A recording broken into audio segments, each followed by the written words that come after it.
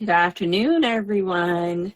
We're just going to wait a couple of minutes and then we're going to go ahead and kick off here inside the We Are CNP app. And if you're catching this on YouTube or Facebook a little bit later, that's great. We'd love for you to come join us in our community, the We Are CNP community that is made for child nutrition professionals who operate school systems, child cares, and K-12. This is where we talk about the purpose behind the plate. I am going to give y'all a fair warning. When we're talking about purpose behind the plate, we have a lot of spiritual things that we're going to talk about. So it's not just going to be about operations and what we do in our programs, but also that real mission and vision and purpose behind what we do. So just give us a few seconds here and we're going to get started.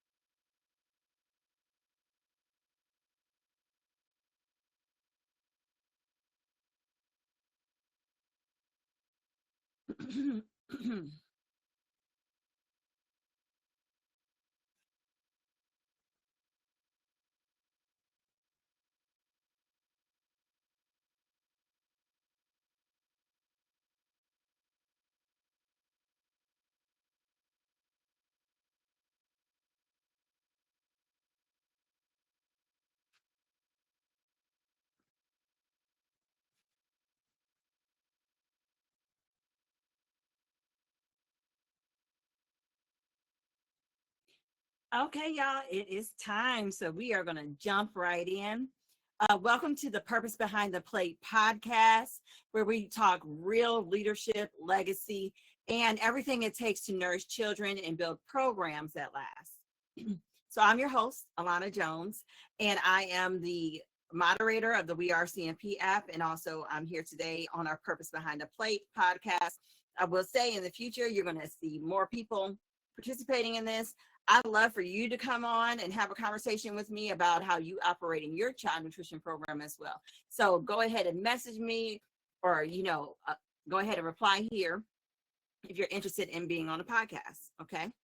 So today we're going to talk about a message I believe every leader needs to hear, and that is focus over FrenzY, vision over distractions. So today is focus over FrenzY, vision over distractions. And these podcasts are not going to be very long, so you can listen to them while you're on the job. You can listen to them, on replay when you have a little bit of time in your day. So I'd love for you to comment and talk to me about some more things you'd love to discuss here in the We Are CNP app. And let's just go ahead and jump right in. So let's be honest, okay? Because that's where we're going to start here. We're going to start with being very honest. Many food program leaders feel like they're always putting out fires. If that's you, go ahead and raise your hand or put something in the chat. Many of us feel like we're always putting out fires. We're always spinning plates. There's always too much to do. And the distractions are constant. This could be things like staff issues. How about staff drama that is taking up some of our time that we're trying to figure out on a day-to-day basis? What about staff call-outs that are impacting our teams and impacting our ability to do our jobs? What about surprise menu changes? So you're out of something or something is arriving too late. That's interrupting your day. That's a distraction. What about your emails? I don't know about you, but I have about 7,000 emails. And that sounds bad, y'all. That sounds really bad. But I have about 7,000 emails sitting in my box. And that really is because there's a lot of junk mail and things. But that takes up your time, right? That causes a distraction. And then there's these last minute things. A lot of times what we're talking about here in the We Are CNP app is we're talking about ways that we can stay compliant. Okay. And so what about that last minute state visit? You know, you get a pop-up audit. If you are a manager, maybe your director walks in and you weren't kind of planning that. All that can interrupt your day-to-day focus on what you need to be focused on. All right. So you're constantly in a space of reaction. Okay. You're reacting. And while you're holding everything together, it can also often feel like things like your vision, they get buried under to-do lists, under compliance checklists. And when we're talking about vision, we're talking about, you know, those ideas that you had when you first come in. I know when I first came in to be a director, I wanted to be a 5-star restaurant. That was my vision for our program. But then real life started happening, you know, compliance issues, staffing issues, menu issues. There were so many issues. And so after a while, that idea, it just kind of faded away. It kind of faded away. And with that, just like that faded away, some of my morale faded away too. So that is the danger.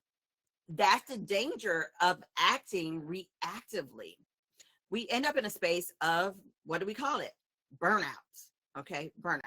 So this is when burnout happens. We obviously have sometimes, sorry, guys, a piece of gum. When we run into burnout, what happens is our systems in our organization, they start to weaken. You know, our morale goes down. Our team isn't working that great anymore. We're coming up with problems. We're putting out fires all the time. And now we're in a place of having compliance risks. And then ultimately the mission of what we do, that vision and that mission and that purpose, it begins to go away altogether. Okay. So today we're talking about how do we reclaim our focus? And more importantly, how do we get back to that original vision? Or in some cases, how do we revamp our vision? Okay. And make that the forefront of what we do. So let's start off here with what is a program vision. And I know that term is probably not new to you, but let's bring it down to what we can do here in our CNP programs to make sure that we are developing a vision and then ultimately, you know, acting on that vision. Okay. So in order to answer this question, what is a vision?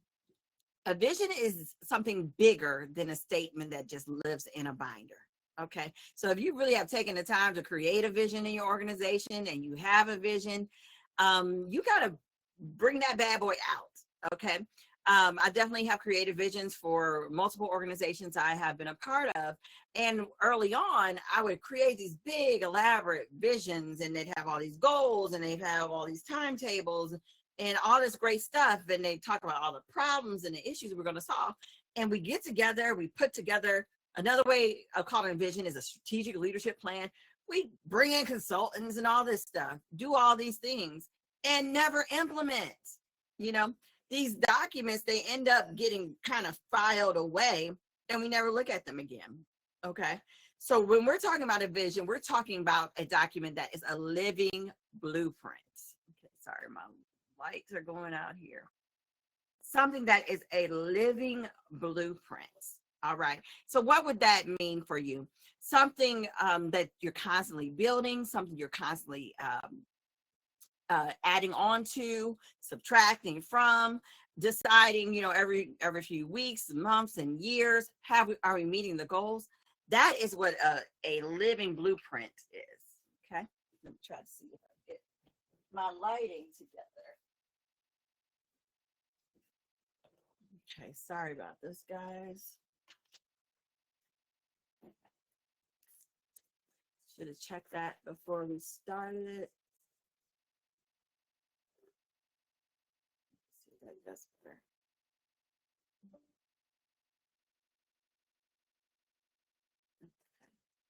Well, that might have did a little bit better. Okay. So let's keep going here. So when we're looking at a vision, and this is the time where you could pull out a little sheet of paper, or even if you got a sticky note or a back of a piece of paper, let's just start there. Okay, let's start somewhere. So these are some of the questions that we're going to get into here in the next few minutes, because your vision should answer a few things when it comes to your child nutrition program. Number one, What kind of experience do you want for the children that you're serving? Okay. Number two, what kind of team are you building? And number three, how does our program reflect our program's values? Okay. What type of values do we have? And these are three of the tools that we can use to build this vision. So this is going to create a clear and compelling program vision.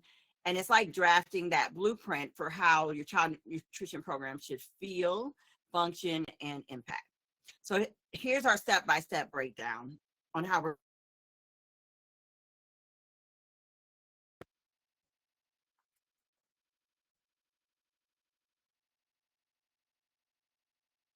having all kinds of issues today.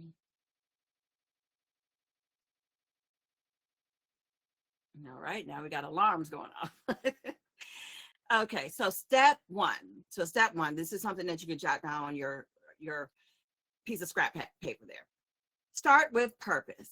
All right, this is where you want to ask yourself, why does this program exist beyond just feeding kids? So we know we're feeding kids, right? And that's obviously the major goal of the day, is to get kids fed. But think about how these meals actually impact children on a larger level. How does it impact their learning, their stability? How does it impact them in their communities? Your purpose should be something that evokes emotion for you and your team.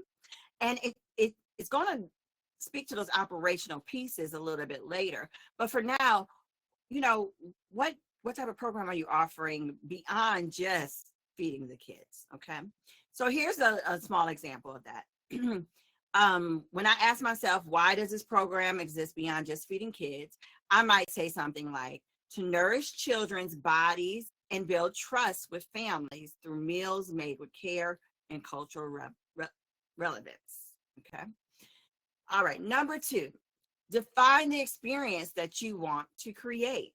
So this is kind of going back to those first examples I was giving about when I first became a child nutrition director. Had these grand ideas of how I wanted the program to operate.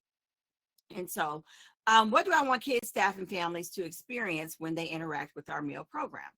Number one is dignity and respect.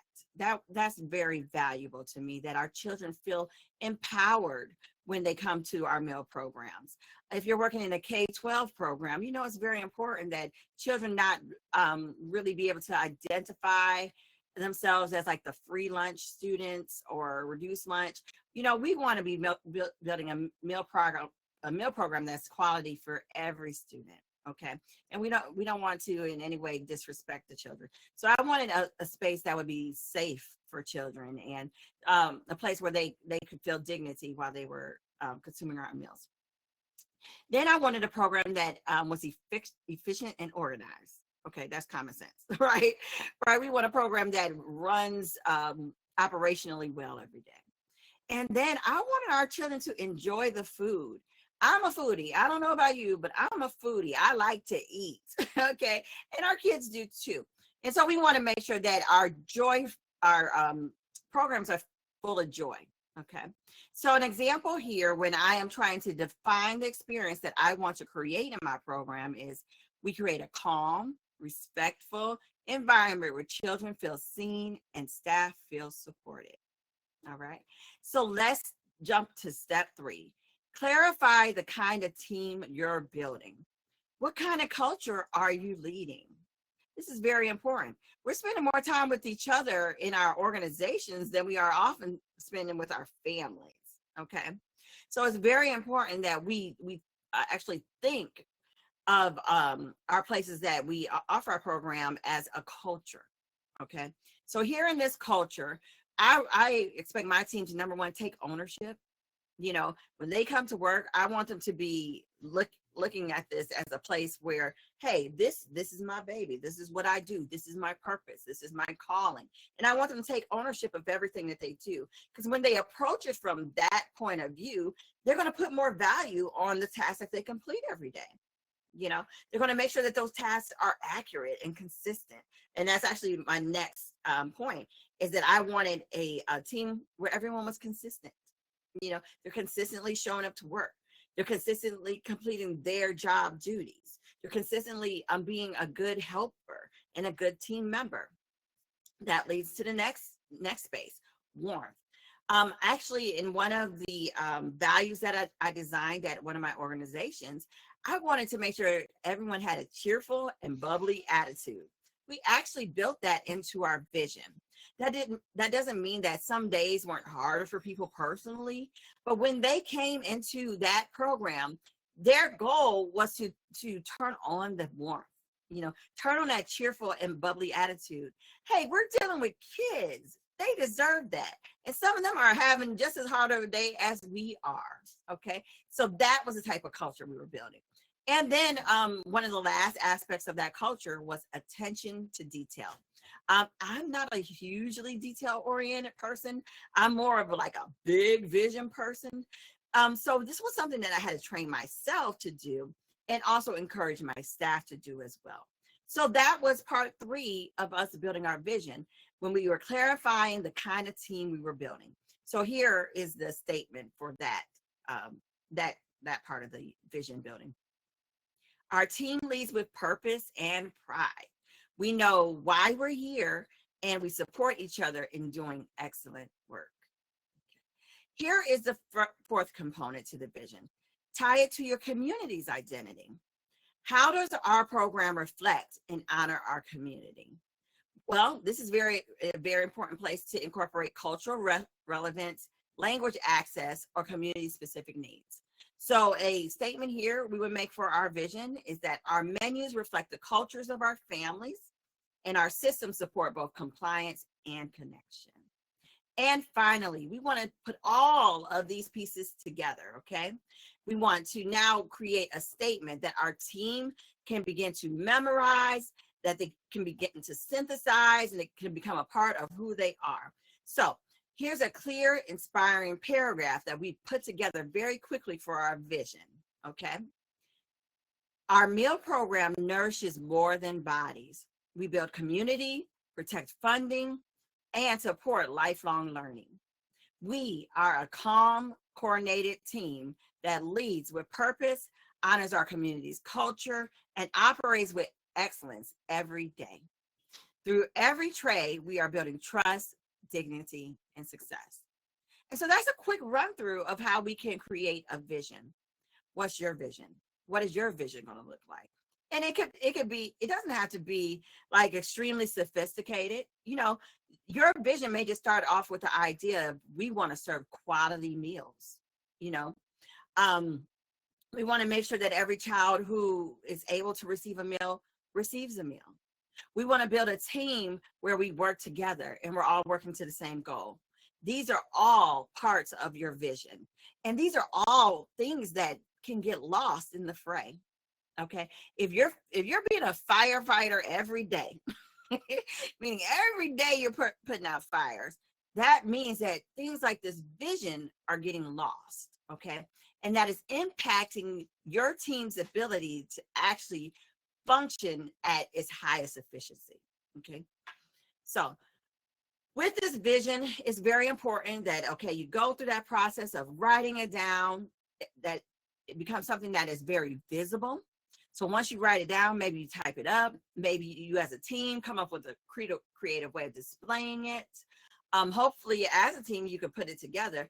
And so you make this vision something that you put up in your kitchen, in your office, and something that you review frequently at your meetings. You read it during your staff huddles. You can do that once a week. You can do it once a quarter, however often as you want to. Just making sure that it's something that stays at the forefront of what you're doing every day. Because in a few minutes, we're going to talk about how this vision guides you throughout your daily, monthly, and weekly tasks. Okay. So we also use these visions to filter our decisions. So let me give you an example. If a part of your vision is to serve quality meals, then that means that the food that you prepare, the food that you receive, it also has to be quality food. Right? So you're not going to receive a batch of bananas that are already bruised and going brown. You're going to return those, right? You're not going to receive food that comes off the truck and you're unsure of whether or not it has thawed. You're going to send that back. You're not going to produce recipes that don't look appealing, okay, that don't taste good. because your vision is to produce a quality food program. Okay. So that's how your vision becomes a part of your daily decision making. So when you have a clear vision, you can lead with intention and not just be a reactionary leader. Okay. So let's jump into section 2 of this conversation. What are the distractions that derail us? What are all these things that are happening in our kitchens, in our offices, in our programs that are taking us off track on a daily basis? So there are 4 big ones that I'm going to go through right now. And these are the distractions that quietly pull you away from your purpose. And the reason I say quietly is because once you get used to doing these type of distractions all the time, once you get used to there being teen drama all the time, and that's your regular, it quietly pulls you away from your vision. You just expect to come in there and have to deal with drama every day. And what happens when you are constantly dealing with those type of activities, it's going to pull you into a place where you're at risk of not completing tasks on time, not being compliant, and you as the leader being overwhelmed and stressed. Okay, so let's talk about how we get away from this area of FrenzY. All right.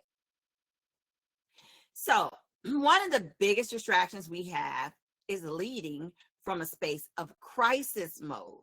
Okay. Crisis mode leadership feels productive, but it can actually be a trap. So this is when you're constantly responding to the latest issue.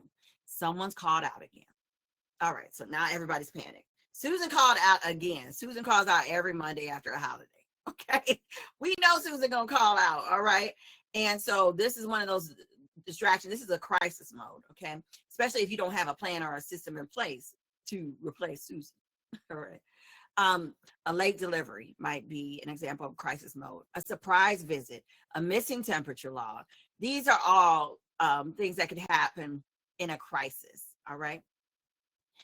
These type of experiences make us feel needed when we solve them, because we're like, okay, Susie's out, so we're going to do this, this, and this. All right. And you get it fixed for that day.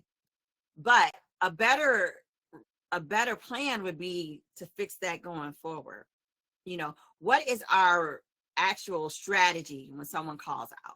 You know, how are we going to respond to that and have a plan ready for that already?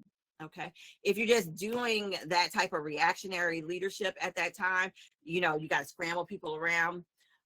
Here's another way of making sure that we're prepared in a scenario like this: cross training. Can someone else in this place do Susie's job? That is a type of way of making sure that we're leading more from a strategic mode than a crisis mode. Because when we do lead from a crisis mode, we get stuck in that loop. Okay, that's a constant of how we're going to operate. And again, now the vision, that wonderful vision you came up with, it gets pushed further and further away. You know, we ain't thinking about quality meals right now because I'm thinking about Susie calling out. So this is when your energy is always spent on survival and you have no room left for strategy. So here's the cost. Teams who only see you now as the fixer of the organization. Okay. And when they see you as the fixer, that's going to lead them to not fix it themselves. Okay. And what we want to do is train a team that can actually lead themselves. And the way we do that is by making sure that we have systems, policies, procedures that we have taught and trained to in the organization. And we get away from leading from crisis mode into leading from strategic mode. Here's the second distraction: obsessing over paperwork without strategy. So don't get me wrong, we got a lot of paperwork. Okay, we got a lot of policies and procedures that we have to complete on a daily basis, and that is normal. That's a part about how we keep our compliance, right? It's how we record all the important information of our organization. However, this should be something that is planned. Okay, production records are to be completed daily, so there should be a plan in place to make sure that they can get completed daily. Temperature logs should be completed after every meal, and every time you cook a certain dish. You know, there should be a procedure in place for completing that type of paperwork. If you, going back to the idea of like logs and production records, if you're backtracking to complete all that information and you're not completing it in a timely manner, that means you actually don't have a plan in place. And that's a red flag. And that also leaves you non-compliant in your program, which also leads us back to crisis mode and stress. So we don't want to obsess over the paperwork. We want to build it into our daily plan of how we operate, into the daily vision of our organization. This is very important too when it comes to training our staff. It's very important that our staff know the why. And many of us have grown up in generations where we weren't allowed to ask why. We just did it, right? They told us to do it and we just did it. And that worked for then. But now it's very important that people understand why. When they understand why they are signing this piece of paperwork, when they're given the what to understand, they're more likely to complete it. When they understand that, when you do not complete the production record, I cannot determine whether that food was served or not. Okay. When you don't complete the production record and tell me whether or not you discarded that food or did you put it back into the freezer or the cooler, I don't know what happened to that food. All right. So it's important that they understand why. Why do they have to complete that documentation? So having a stack of paperwork sitting on your desk because it's past due or you're going to get to it later, that is actually a liability. And that shows that you don't have a system in place. We need systems to implement our visions. Number 3, another distraction is getting stuck in staff drama. Sometimes we are part of the drama. And if you're part of the drama, you know who you are. That is something that you really need to examine yourself. Are you being the best leader for your team when you're getting stuck in a drama? Team dynamics are real. They're going to happen. Personalities are going to clash. People are going to have their own thoughts and ways of how they want to accomplish certain tasks. That's going to happen. But when it's constantly hijacking your energy, whether it be gossip or conflict or chronic underperformance, your vision once again gets stumped into the ground. Okay. You can't produce that quality program when you're constantly dealing with employee issues. So this is when you find yourself managing personalities instead of managing the culture. So here are the signs that you're stuck here. Number 1, you're constantly vetting conversations. So you're having to figure out stuff between your team all the time. All right. You have a fear of confrontation or feedback. So maybe you don't want to address these things head on. So you just kind of let it fester over there. And 1 or 2 people are controlling the atmosphere. So this is not leadership at this point. This is emotional babysitting. Okay. And at this point, you are killing the momentum of your organization if you're allowing this to go on. If it's something that you feel like you can't manage on your own, and there are different ways to manage it, definitely like progressive discipline is a way to management, having the conversations with people, giving them expectations and following up with them. If you went through that process, then it's time to get someone else involved. Okay. If you are in an organization where you can go through the steps of progressive discipline, then that's great. And hopefully the idea of, writing people up in progressive discipline is not actually to punish. That is not the purpose of progressive discipline. The purpose of progressive discipline is actually to guide people back to a better behavior. So having that conversation about how their behavior is impacting the team is important. But sometimes we got to get additional tools to do that. So reach out if you need that kind of help. Here in this community, ask us questions. And there are more than a few people here who would be happy to help you with that. But when you are constantly having to babysit your team, that leads you into that space of frenzy, and you're no longer focused on your vision. And then the final distraction is saying yes to everything without prioritizing your mission. So you are a generous person, and that is wonderful. You want to help. But if you do a quick favor for everybody, or you take on last minute tasks and you just start saying yes to the things you really want to say no to, your mission will ultimately suffer. The purpose, well, another purpose of having a vision and a mission is to guide your decisions. Okay.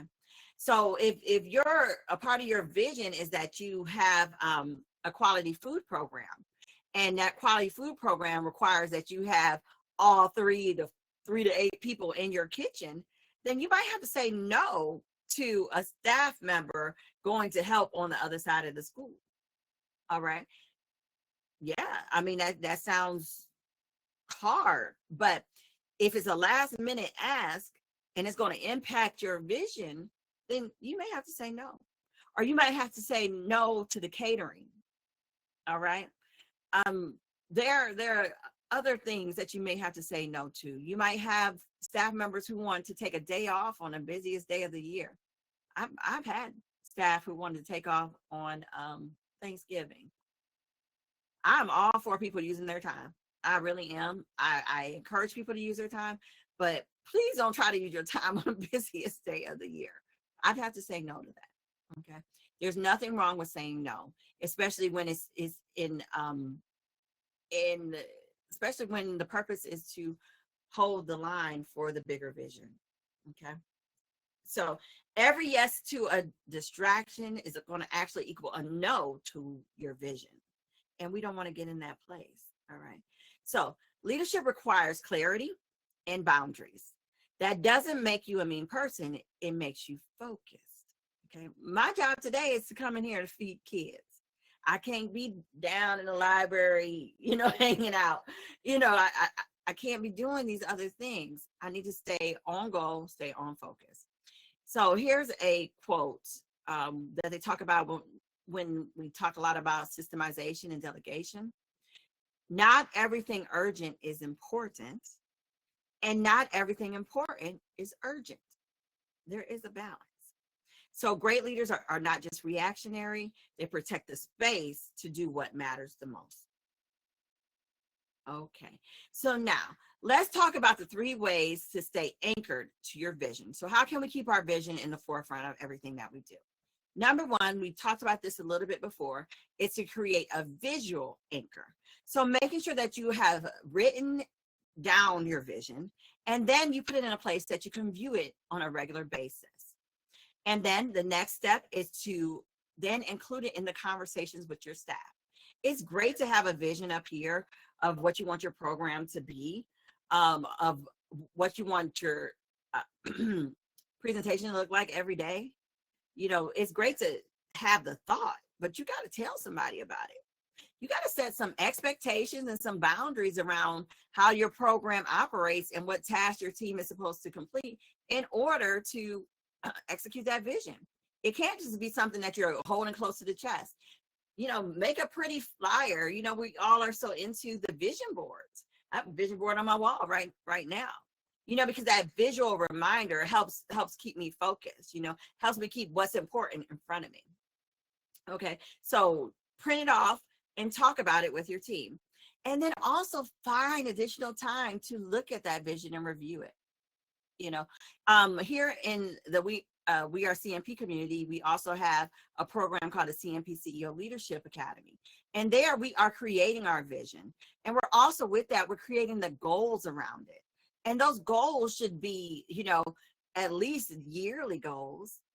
And what's better than that is having quarterly goals, and having an idea of how are we going to get from where we are today to where we want to be. So sometimes our vision is not something that we can execute overnight. Okay. It's something that we got to take time to evaluate, to pour into. And so that's why it's important that for the 3rd step of staying anchored to our vision, that we build time in our schedule to look at it, to review it, to talk about it, to say that, hey, when I put this vision together a few months ago, this was something that was important to me. But now things have kind of shifted a little bit. And so these things are more important. That's how vision becomes a part of your time, your space, your language, and your daily rhythm. That's how you stay focused on your vision and not the frenzy. So thank you for joining us here in the We Are CNP app and taking this time to be a part of the Purpose Behind the Plate podcast. This is our first one here in the app. And I'm excited to share this information with you. Again, if you'd like to talk on the podcast, that'd be great. I'd love to talk with you. After this podcast, there are a couple of things that I want you to think about. Number one, I want you to think about what's pulling you off track, what's getting you distracted from your vision. One thing I was learning about in a recent women's group was that sometimes when we have thoughts in our head, and they could be, in this case, we're talking about negative thoughts, it's important to write that down. And you might say, well, why would I write down a negative thought?